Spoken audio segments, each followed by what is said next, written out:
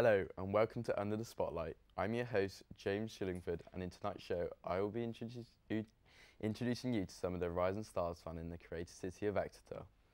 Tonight, we are joined by free and up-and-coming artists and content creators who have been lucky enough to get the chance to interview about their talents, aspirations, and dreams. To close the show, we'll have a live performance from the student band Minter Wonderland. Now, let's welcome our first guest, Elliot, an 18-year-old filmmaker from Exeter College. Nice to meet you, Elliot. Hello. So firstly, before I interview you, Elliot, we're going to show you one of your new films that you've just made. Are you ready for this? Yeah. From a young age, I've always had the opportunity to travel. But only now have I really started to appreciate the knowledge and experiences it's given me. The only thing I wish I did do was filmed it. If I knew then what I know now, the films I could have made would have been incredible. In-flight entertainment has begun. But I guess that just means I'll have to go back again. This is who I am, and this is just the beginning.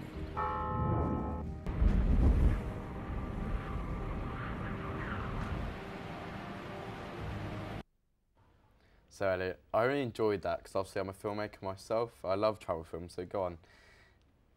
Elliot, tell me about your social media career. What do you do?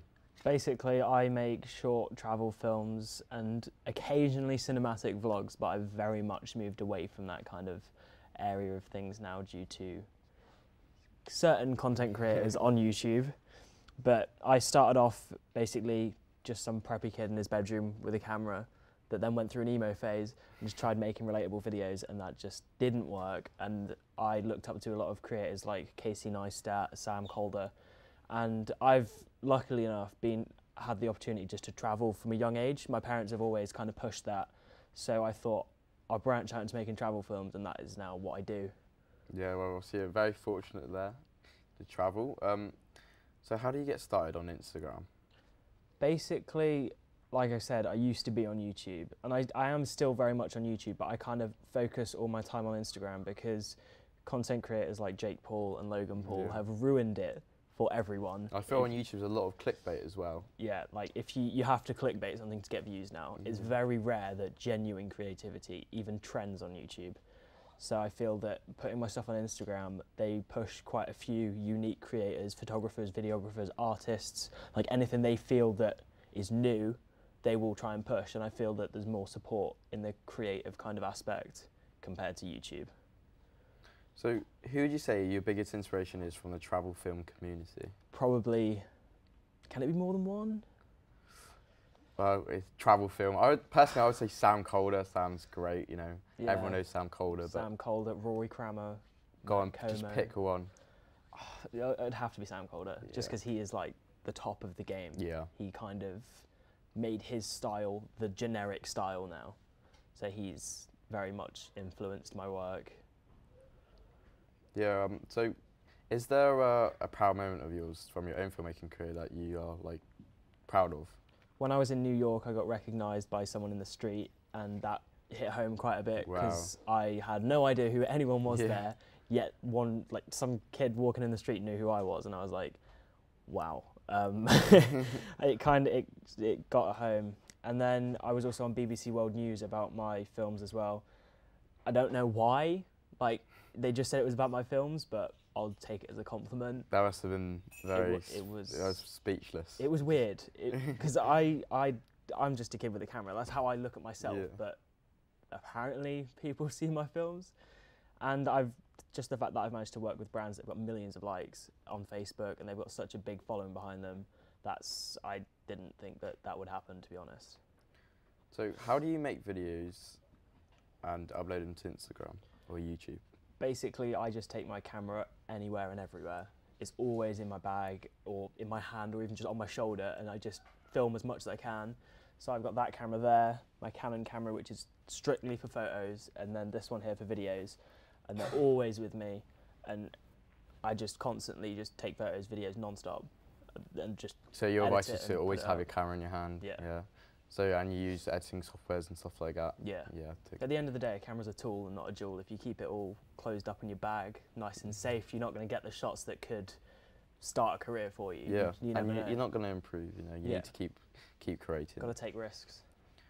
So what goals do you have for the future to bring kind of more online success? See, being famous from it or getting a following from my films isn't my kind of forefront of priorities. First of all, I want to turn it into a career. Yeah. I want to be able to leave college. I'm not going to university. I've already been lucky enough to get work out in the Philippines and Costa Rica at the moment, so that's all happening next year. And I just want to travel with my camera gear, get a few other like-minded people together, and just shoot video and see where it goes. Yeah, no, I completely agree with you. Know, I'm in the same situation here.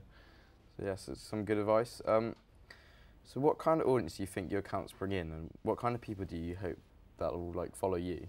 I want to try and make my mark on the travel film kind of niche online.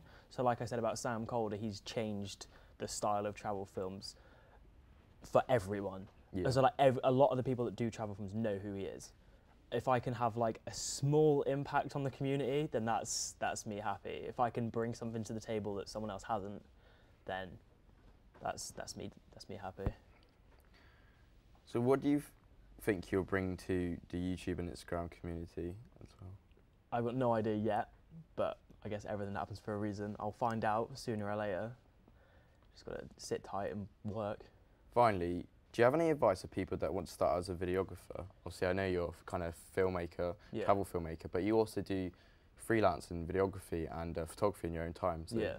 how do you do that at such a young age? See, I've done quite a bit of concert photography and videography. I've done stuff for Mid Devon District Council. I've like pretty much everything except weddings because I don't think I can handle the pressure of that. But build a portfolio and just network. Get your name out there as quick as you can because it is a very competitive area. If you've got a solid portfolio and people can see, if you've got a good story behind you Yeah. and a good work ethic, people admire that. So if you send out emails, just even if you see a brand that you like and just say, just contacting you, love your products, I do this, it's getting your name out there Yeah. and you never know what could come of it. So your advice is to get yourself out there and have a portfolio and everything like that. Yeah, definitely. But it's been great to meet you, Elliot. Hopefully maybe meeting you. we'll cross paths in the future. Definitely. Yeah. After the break, we're interviewing our next guest, Harry Martin.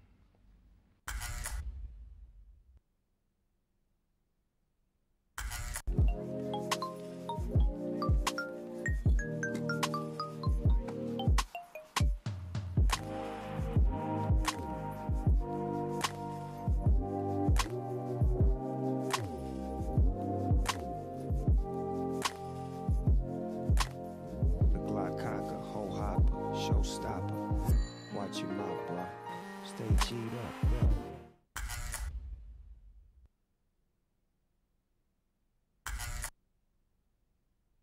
Next to me, I have one of ex-college talented 19-year-old filmmakers, Harry Martin. Hi there, James. Nice to meet you. Welcome to the show. Thank you.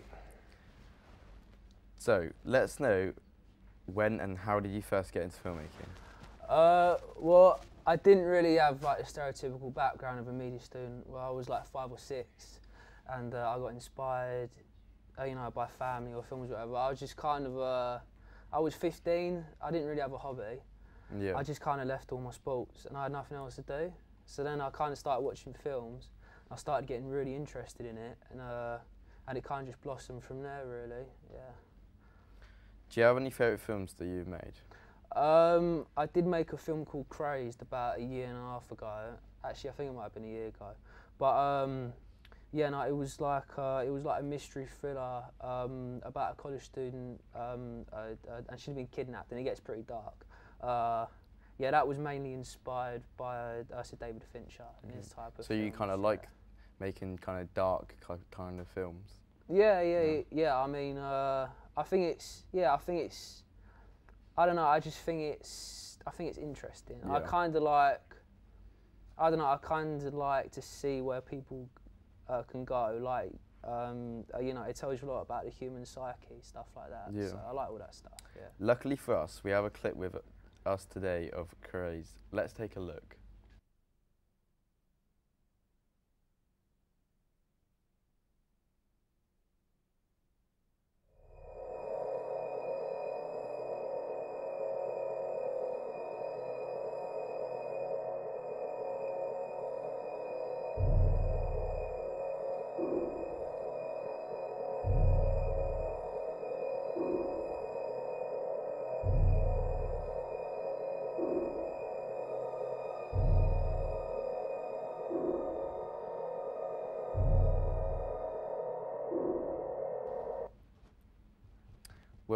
was your inspiration for Craze? Well, like I said, I was watching a lot of David Fincher films at the time. I just found him to be a fascinating filmmaker, and I'd recently watched at that time watched a film called Under the Skin with Scarlett Johansson, and it's this bizarre, strange, alien-type horror film.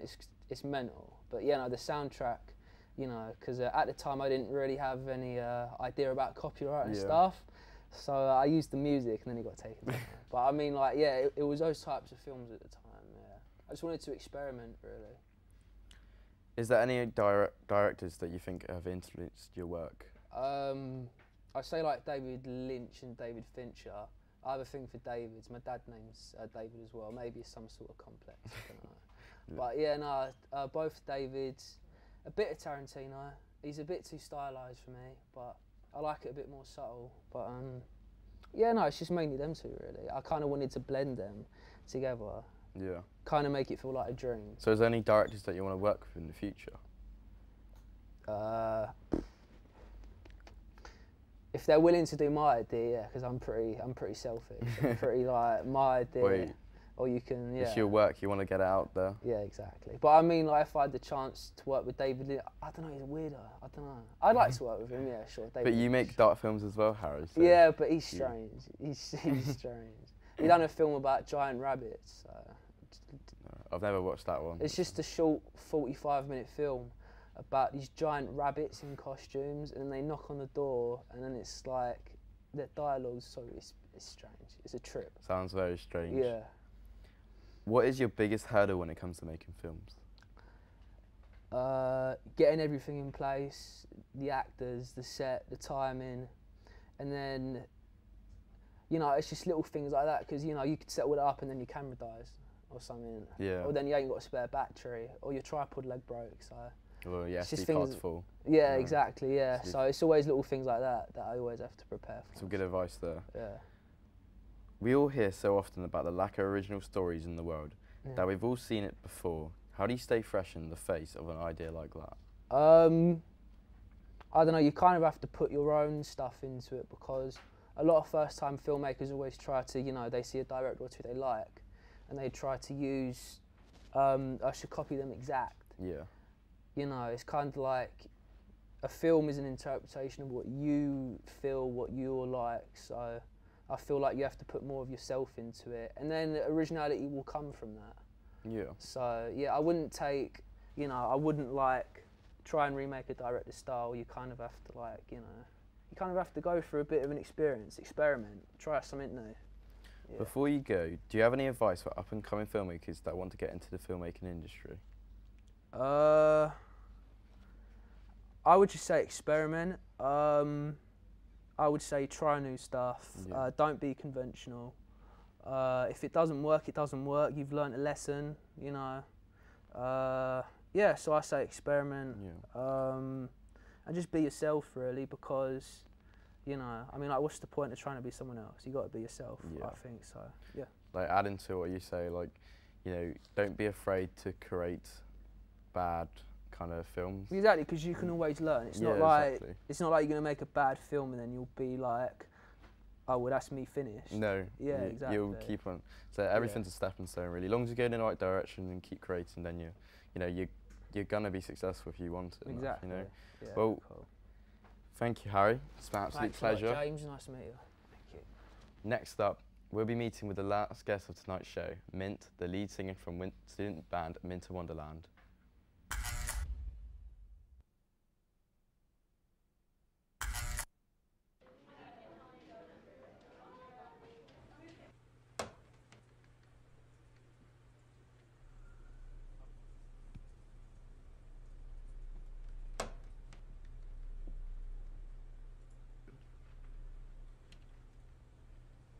Hello ladies and gentlemen, and welcome back to a new episode of Royalty Twats. As always, I'm joined by my fellow friend and fellow associate, Harry Johns. How you doing, my man? I'm good.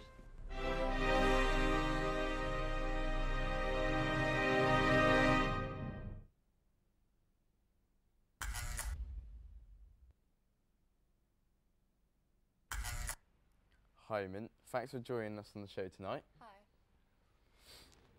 So, how did you first get into music? Well, I started to have singing lesson when I was 7 and piano lesson when I was 10. But to be honest, I was into singing more than piano because when I sing, I feel happy and relaxed, which a piano is a big instrument which you cannot carry out. And it also takes you more courage to like practice every day. Yeah. Otherwise, you will forget if you don't practice. Yeah. So I would say that I'm really into singing, and music is a passion since I was young. Yeah. Who would you say is your biggest inspiration from the music industry and why? I haven't had any biggest inspirations for now, but a part of it is my dad. He's my inspirations because he taught me how to sing before I actually have a singing lessons, and I kind of like follow his path and keep improving myself all the times. So I think he's a biggest inspirations for me now, and also he's really supportive. Yeah. Without like my parents supportive, I wouldn't be like where I am in terms of music now. So why did you choose to study in England? The reason why is because I wanted to like study music and media. So I just thought that it could be like intertwined and I could get a good job here. Yeah. So career-wise, you think coming here was the best Yeah. idea? If you had to pick a favourite song, what would it be? So I'm really into like pop and R&B songs, but I usually listen to like Bruno Mars and Ed Sheeran Yeah. and something like that. But I would choose to sing like Whitney Houston's and Mariah Carey songs because these songs allow me to like develop my skills, and it's also require like many techniques. It's challenging. Yeah. So what genre of music would you say Minter Wonderland comes under? So the reason why we have Minter Wonderland is because I was doing a music course, and a part of it, they put me in a group. Yeah. So luckily, our group members had the same like similar taste in music. So we like pop, R&B, funk kinda, Yeah. and it was really good like playing with them because we like are much more easier to like communicate. You have a connection there. Yeah. You're into the same type of music. Yeah. We were like really tight like in a band. Do you have a singer or music band that would love to perform with in the future? Right. Hard questions. So I would like to like collab with a K-pop band. It's called Blackpink. Yeah, and the reason why is because one of them are like my idol. Her name is Lisa. She's from Thailand as well, and she kind of like keep improving herself and push herself to like join in like a Korean industry, which is really hardworking. So I would like to like, she's kind of like my idol, and I would like to collab with her. Well, you know, like I said to Harry earlier on the show, that's definitely something you can work up to. Performing in front of an audience is something that a lot of people are nervous about. What advice would you give to them? Right. So as a singer, it's really hard to like go on stage and not to be nervous because everyone have a stage fright. So I would recommend, so before you go to sing or perform on stage, take a deep breath, or even present a presentation with your friends or with your family before you actually perform. Trying to like look overhead of someone, or even try to like avoid eye contact. I don't know, that is what like I do, and it's worked for me. Yeah. Some great advice there. Finally, do you see yourself pursuing music as a career? So for now, as a student, I'm not 100% sure that it would be a career, but after university or in the futures, I think it will be my career because I want to be a singing teacher and a singer. So you're passionate about it, so you want to do it as your job. You want to go with it. But have to work hard for it. Yeah, definitely have to work hard for anything. Well, it's been a pleasure, Mint. Thank you for coming on the show. Thank you. Good luck with your music career. Thank you.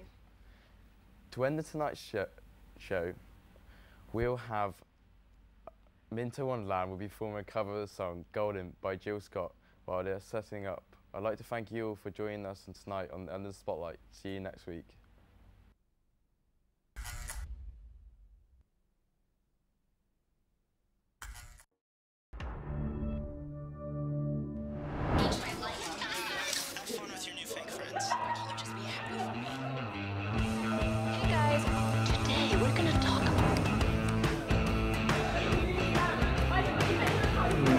County.